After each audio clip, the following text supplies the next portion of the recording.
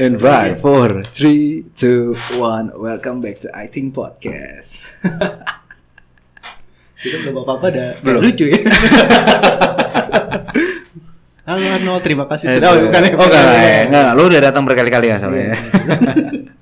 Man, ini karena lagi pandemik banyak banget orang menjadi banyak orang kehilangan pekerjaan. Banyak orang akhirnya juga berusaha untuk mencari pekerjaan baru karena ya tuntutan hidup lah ya. Tuntutan hidup untuk bisa membiayai keluarga dan segala macam. Nah, mungkin gua sendiri kan tidak punya pengalaman lah ya kalau bisa dibilang bahwa jenis karyawan seperti apa sih yang bisa diterima dalam perusahaan. Orang seperti apa yang bisa dalam perusahaan. Dan lu kan kerja sebagai HR kan. Yang terbiasa untuk merekrut, baik itu mencari ataupun menerima karyawan baru. Dari hal paling sederhana dulu lah, CV. CV. Banyak orang yang nggak banyak sih. Gue pernah lihat sekali ada yang menuliskan bahwa bagaimana cara membuat CV yang menarik. Sebenarnya dari sudut pandang seorang HR sendiri, apakah emang ada format bahwa CV kayak gini menarik nih? Gue jawab ya. Buat kata menarik ya. Kata menarik ini bisa multitafsir ya. Pertama. Habis itu kalau misalnya kedua disangkutin dengan HR itu agak susah juga karena maksudnya tidak ada standar, namanya HR itu punya standar tertentu. Misalkan penerimaan CV harus bagian A seperti ini, bagian B seperti ini, C seperti ini, nggak ada. Karena subjektif ya? Subjektif banget, bener. Jadi ibaratnya kayak menarik buat gue, belum tentu menarik buat HR yang lain. Menarik yang ada di industri ini belum tentu akan sama di industri yang lain, itu akan berbeda. Jadi agak susah sih, subjektif banget, bener.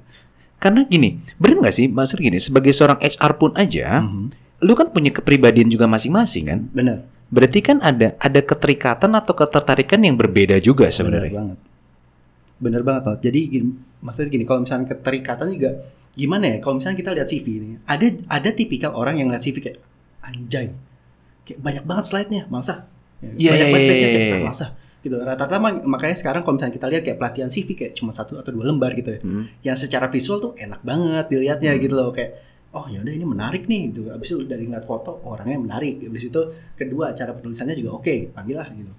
Buat mereka yang mungkin nggak tahu pelatihan CV atau biasanya nggak pakai, misalkan pakai Canva dan segala macam, mereka nulis manual pakai Word, kayak kok banyak sih, kayak terlalu banyak sih.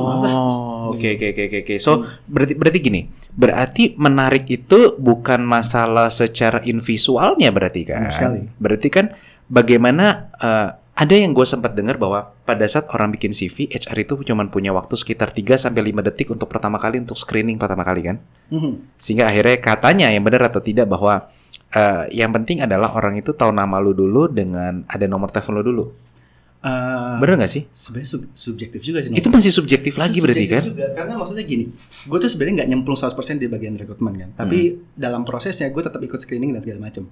Nah, buat ibaratnya ada teammate gue yang emang ngerjain hal kayak gitu, gue tanya kayak, lo screening metodenya gimana sih dan segala macam. Gue sih gue cuma ngeliat kayak backgroundnya ya, dia bener nggak sih kuliahnya sama, abis itu kayak secara sekilas skill yang dia punya apa, sesuai nggak sih sama bidangnya segala macam gitu.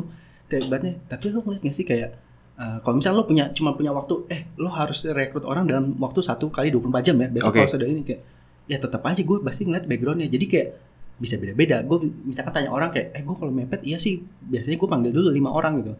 Paling cuma ngeliat kuliahannya apa, backgroundnya apa gitu. Skillnya urusan kedua deh. Itu nanti pas interview. Karena gini, bener nggak? Gue juga nggak tahu ya. Ada beberapa perusahaan pun saja itu yang lebih suka misalkan perusahaan A lebih suka mengambil karyawan dari universitas A, sehingga akhirnya dia punya point of interest bahwa yang lu lihat screening pertama kali dari univ itu. Itu ada, jadi kayak ada juga kan alma mater gitu. Alma mater kan, alma mater ya, kekuatan alma mater. Ada juga mungkin yang lebih suka misalkan dia itu dengan backgroundnya itu pendidikannya A, dia lebih suka. Atau juga ada juga yang kayak lebih suka kayak ini selini nih dari lulus kerjanya ini segala macem. Karena menarik gini man. Tadi itu gue sempat ngobrol sama ada di sini podcast teman gue namanya Vera. Dia itu lulusan accounting, tapi kerjanya itu di advertising. Accounting lalu ke advertising. Bayangin nggak? Sebenarnya nggak ada yang salah sih. Kayak maksudnya mungkin itu passion dia, tapi walaupun nggak sesuai itu dia. Dia juga bilang itu. Dia nyemplung di dunia accounting karena dia melihat bahwa dari keluarga di situ. Dan ternyata pas lulus bahwa bukan passion gue nih. Dan ternyata dia coba cukup berhasil. So berarti kan tidak ada patokan juga bahwa kalau orang kerja kan ada juga bilang oh kalau lu lulusnya sama kerjanya satu lini itu lebih gampang diterima. Atau misalkan kalau lu punya hobi ini dan ternyata hobi sama dengan kerjaan tuh gampang diterima, enggak ngefek juga kan? Bener, gue setuju banget. Jadi kayak sekarang tuh gue rata-rata ngobrol sama temen gue ya, kayak lu kok tiba-tiba ngambil jurusan itu sih misalnya gitu. Gue mau tahu dong kenapa sih lu ngambil itu? Ya susah Tom, panggilan gue kan Tommy kalau misalnya. Susah Tom, gue ngikutin orang tua, berhubung gue masih kuliah dibayarin orang tua. Jadi kayak gue mengambil kesimpulan kayak, oh jadi sebenarnya disetir orang tua ya, bukan karena passion lo. Gue yakin passion lo akan berbeda. Iya sih benar, sebenarnya gue nggak pengen gitu. Contohnya, kayak gue punya teman, dia disuruh ngambil ekonomi sama manajemen. Satu ekonomi, S2 manajemen. Tapi dia pengen jadi dokter gigi. Terus sekarang kerjanya apa? Kerja di manajemen, jadi ekonomi. Gitu ya, mulai dari admin ya biasa lah segala. Gak ada yang salah. Gak ada yang salah. Gak ada gitu. yang salah sih. Sampai gue ngomongin kayak, lo berani gak sih sebenarnya ngomong ke orang tua lo kayak porsinya orang tua sekarang tuh kayak bukan menyetir gitu.